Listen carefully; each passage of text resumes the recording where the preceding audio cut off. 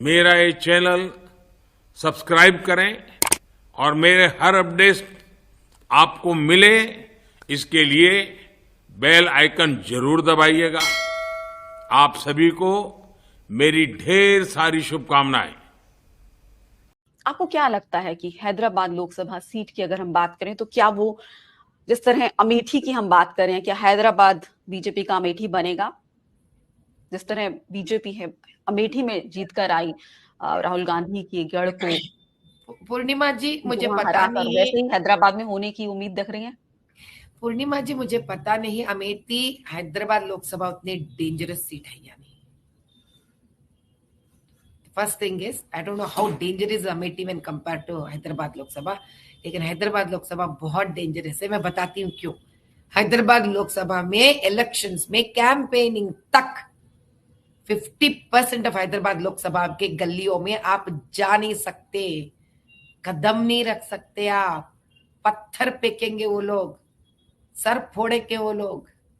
और मैं करने जा रही हूँ पूर्णिमा जी वो काम। देखना चाहती हूँ मेरे देश में कैसा रोकेंगे, क्यों रोकेंगे तो वो पत्थर खा के देखना है मुझे कि ऐसे कितने गंदे और नीचे गिर सकते हैं वो लोग।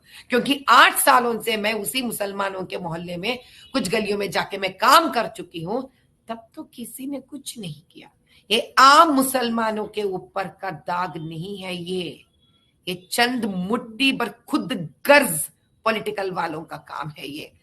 कल को जब मैं उसी मोहल्लों में जाकर मैं जब कैंपेनिंग करूंगी, देखूंगी कौन आके मुझे रोकेगा, और जो भी रोकेगा वो एकमात्र एएमआईएम पार्टी है, जो मुझे मालूम है। और अब से देखेंगे भी हम किस प्रकार से हमारे हिंदू भाइयों को ये पुलिस वाले मारेंगे, हम उसका जवाब भी देंगे। We will go legally on every policeman who would try to, assault our Hindu brothers. कल वो लोग डरा रहे हैं उन लोगों को कि 144 सेक्शन लगा देंगे, भाई आपके दुकानें बंद होंगे तो रोजी रोटी बंद हो जाएगी। And you think this is 21st century? You think there is democracy in this constituency? No, Purnima ji, there is no democracy in this. It is very worst here. इसलिए टच नहीं करते हैदराबाद लोकसभा को, क्योंकि टच करे ना बहुत जल्दी भगवान के पास चले जाते हैं लोग। इसीलिए इलेक्ट्रिकल बिल तक लोग जाके भरवा नहीं पाते वहां पर। तो हमको भी देखना है। क्या आप कह रही हैं बिल नहीं भरते लोग, बिजली के बिल नहीं भरते वहां? हाँ, नहीं भरते ना। आउटस्टैंडिंग 600 करोड़ से अधिक है वहां पर।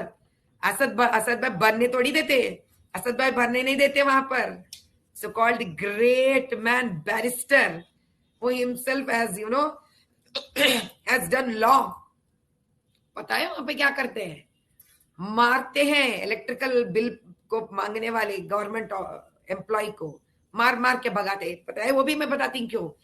4000 के रेंट, बच्चों की पढ़ाई, खाना पीना, ये सब कमाने के लायक नहीं रहते वहां के लोग, क्योंकि वो लायक रहने नहीं देते वहां पर असद। इसलिए क्या करते हैं लोगों को, ये ऐसा एक बोलते ना, मच्छी को पकड़ने के लिए थोड़ा दाना फेंकोगे आप ऐसा पानी के अंदर, वैसा बोलते करंट बिल तुम बनने की जरूरत नहीं है, हम देख लेते हैं।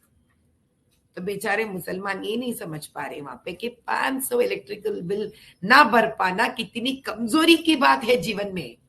कितने उन लोग नीचे दलदल में गिरे हुए हैं। एक इंसान 500 के इलेक्ट्रिकल बिल पे करने का मतलब है उन्होंने रेंट पे कर लिया है, उन्होंने बच्चों की पढ़ाई का पे कर लिया है, उन्हें ऐसा बहुत सारा कुछ कर लिए हैं। लेकिन वो मुसलमान ये नहीं समझता। वो मुसलमान समझता रहे बहुत बड़ी बात है, हमको इलेक्ट्रिकल बिल पे करने की जरूरत ही नहीं पड़ रही है। इतने इग्नोरेंट एंड इनोसेंट है वहां के लोग। और मैं I am educating them constantly. भाई अगर आप इलेक्ट्रिकल बिल पे कर पा रहे हो, पानी का बिल पे कर पा रहे हो, इसका मतलब है आपका घर परिवार सुखी है, आप इतना तनख्वाह कमा रहे हो। अरे मोदी भाई का एक भी स्कीम मुसलमानों के बीच में नहीं गया। कभी आपने कोई पोस्टर देखा है एमपी जी को, असदुद्दीन एमपी जी को, मोदी जी का स्कीम्स के बारे में उनसे बात करते हुए? क्या दिक्कत है आपको? आप तो एमपी हो, you are supposed to promote prime minister's yojanas because it is people's money, it has to go to people. Why have you not? Metro rail का इनाग्रेशन जब हुआ था, चंद्रायन गुट्टा से लेकर याकुतपुरा का लाइन जो हुआ था, दोनों कॉन्स्टिट्युएंसी के एमएलएस नहीं थे वहां पर, असद नहीं थे वहां पर. How would you not be there? लेकिन पत्थर गिरता है, पत्थर के ऊपर इनके नाम गिरते हैं. बताइए क्यों? Purnima ji, it is a big scam. Nobody dare to open the truth still today. I have started opening up this. I have started opening their razakars.